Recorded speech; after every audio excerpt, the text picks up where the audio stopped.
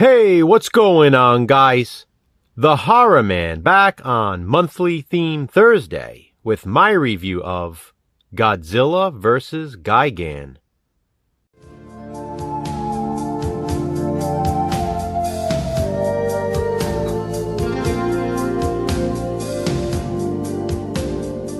Well, we've arrived on the final Monthly Theme Thursday. Not just for the month, but for now. As I mentioned earlier in the month, Jason and I will not be moving forward with this series. That doesn't mean we will never bring it back, but Monthly Theme Thursday is done for at least the remainder of this year. Our final monthly theme for now was Godzilla.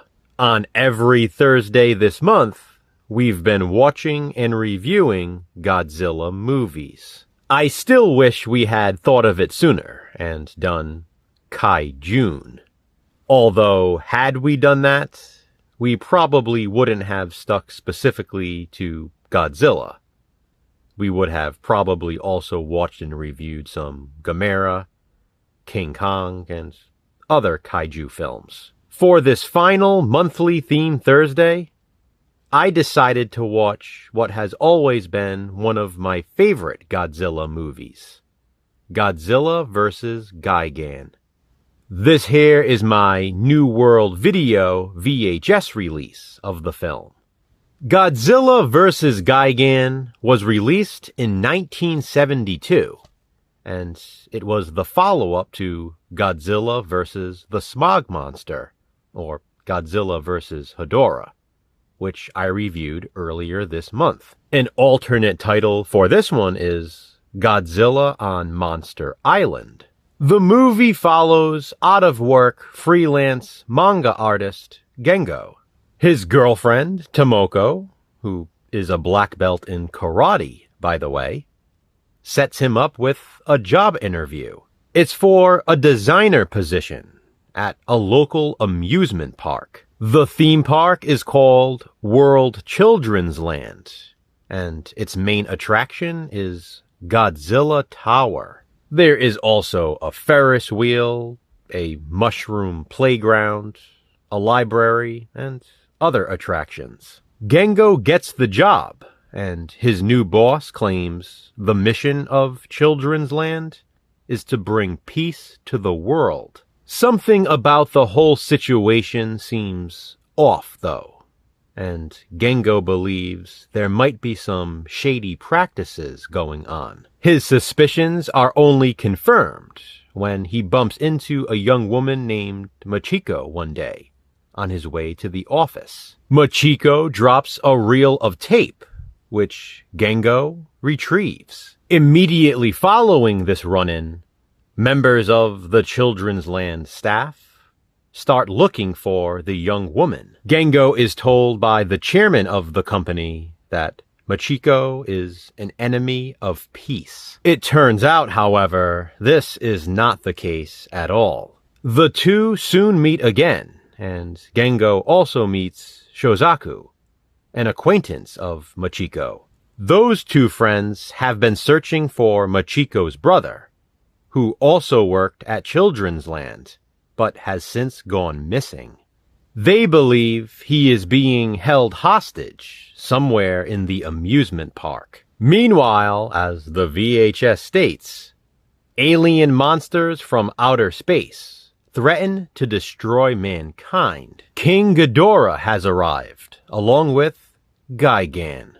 But Godzilla senses their presence, and along with a monster ally in Anguirus, the two leave Monster Island and head to Children's Land. As Gengo and his friends try to solve the mystery of the theme park, the four monsters battle it out.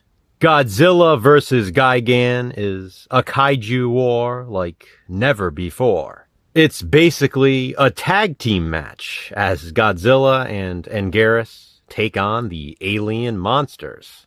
Unfortunately, the awesome-looking amusement park gets destroyed in the process.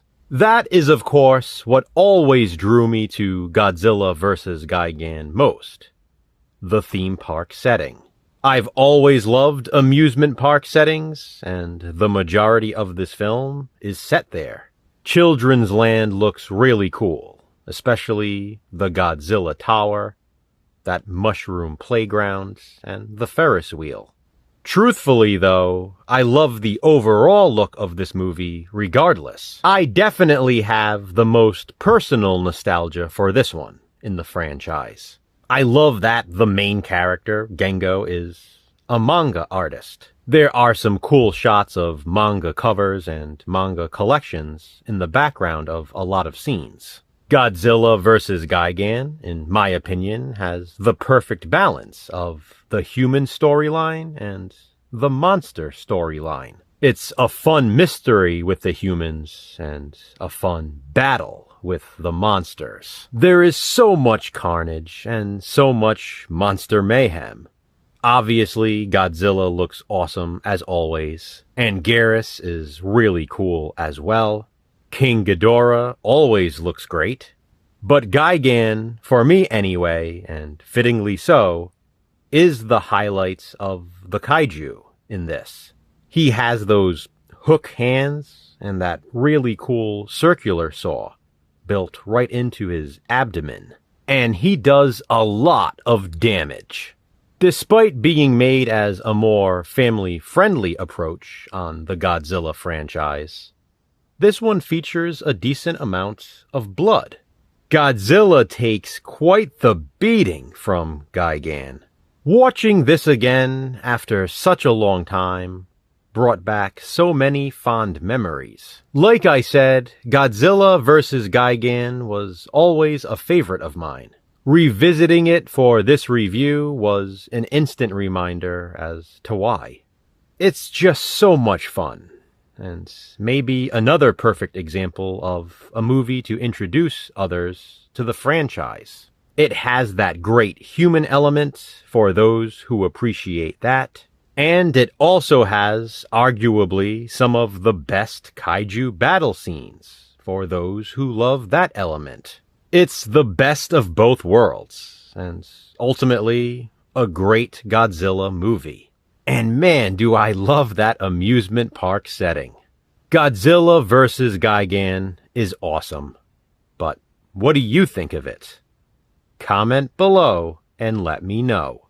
Of course, please be sure to check out Jason's video as well to see which Godzilla film he reviews for the final Monthly Theme Thursday.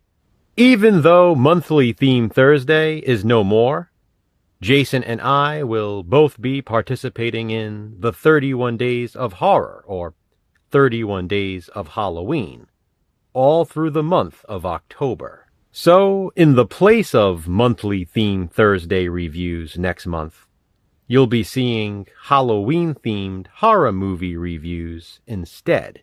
Please tune in to see what we watch.